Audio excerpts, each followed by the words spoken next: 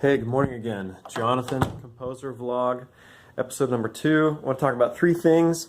One question, are you self-destructive? And then in technical segment, EQ first.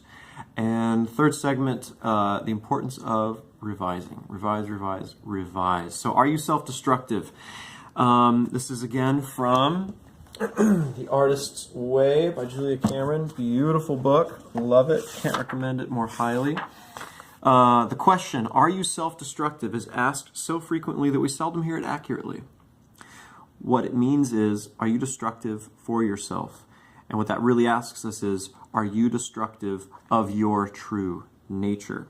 The true self is a disturbing character, healthy and occasionally anarchistic, who knows how to play, how to say no to others, and yes to self. There's a quote over here that you've probably heard before, but I think it illustrates it really, really well. It talks about the possibilities that you want to live out, and then the pressures that you feel that you have to be constrained within. Nobody objects to a woman being a good writer or sculptor or geneticist if at the same time she manages to be a good wife, good mother, good looking, good tempered, well groomed, and unaggressive. These are pressures from outside forces, from cultural expectations, possibly directly from family. There are a lot of people talk about like getting rid of negative people in your life, cutting off people who are negative or causing you to not reach your full potential. And I don't like how that tends to blame other people when in reality it's you who are responsible for the boundaries that you put up around yourself. And I think the lack of those boundaries is what this passage is getting at with self-destructiveness. I've often wondered if I'm self-destructive, and it's just some sort of vague idea that sort of like is scary to me because I don't really understand it, but this helps me get a real grasp on it, demystifies it. It just asks if I am saying yes to myself, if I am valuing my time and my priorities and my creativity and my work, or if I'm letting those things be sacrificed for the sake of other pressures around me.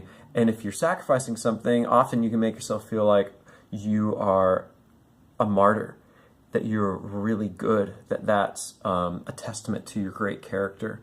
So that's how self-destructiveness can take on a really insidious sort of put on a mask of friendliness when really it's a devil in sheep's clothing.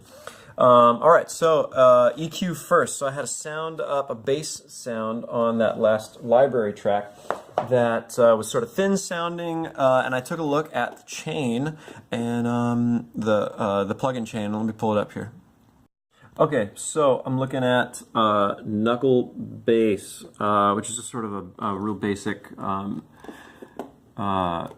default setting that Logic has, so nothing too special, but it's really great, really useful. So I was looking at the chain over here, this column, this EQ was at the bottom, and then it had this Logic compressor in use. So I finally took a look at that and realized that maybe that's out of sequence from what I'm used to seeing. So I put the EQ up top and then added a compressor after the effects, and a better compressor, I think, most of the time than this built-in one.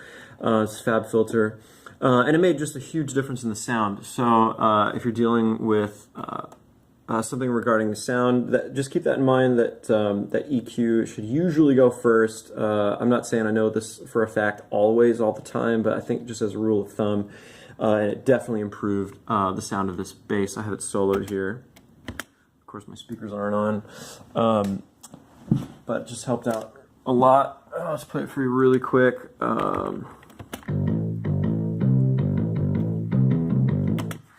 Before it was just a lot thinner, and it's MIDI anyway, so it needs as much help as it can get to sound good. And sent this final second version in yesterday to the guy running the library, and luckily loved it. So it was a lot of work revising, especially after, if you saw the last episode, he gave me feedback that the entire sound that I had based the whole piece on before, which was this low brass thing, wasn't working at all, so I had to throw that completely out, basically start from scratch. I had like a template with just some percussion and some kind of like markers.